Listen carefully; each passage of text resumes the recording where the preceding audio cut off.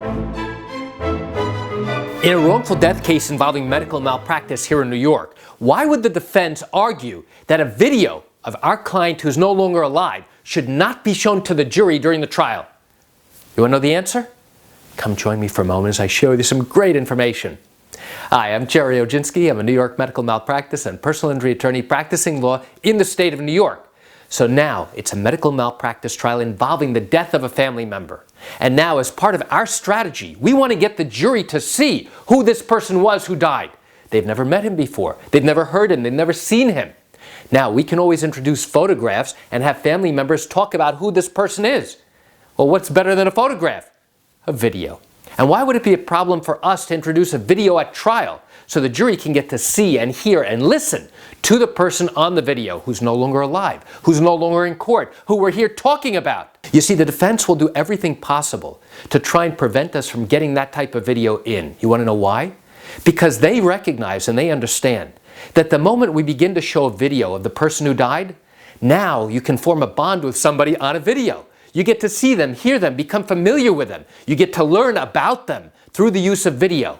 And video is a very powerful media. As you can see right now, you're watching this video, learning information. And the same thing occurs at trial. Just like when we watch TV and we see the same people over and over again on different shows and on the news. We become familiar with those people. The defense doesn't want the jury to become familiar with the person who died. You want to know why? It's because they believe, and the common thinking is, that if you become familiar and comfortable with the person who is no longer there, you're going to feel more sympathy and more empathy for the person who died and for the surviving family members.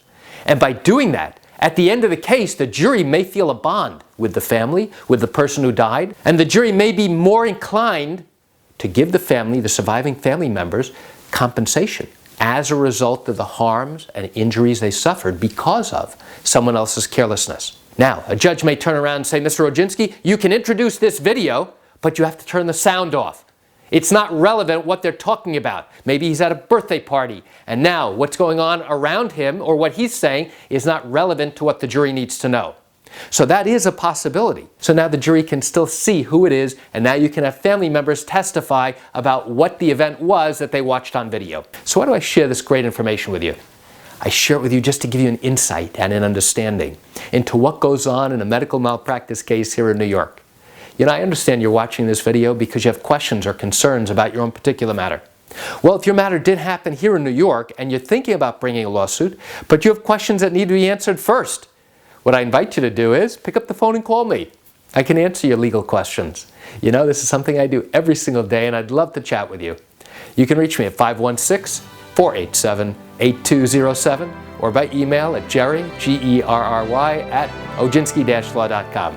That's it for today's video. I'm Gerry Oginski. Have a wonderful day.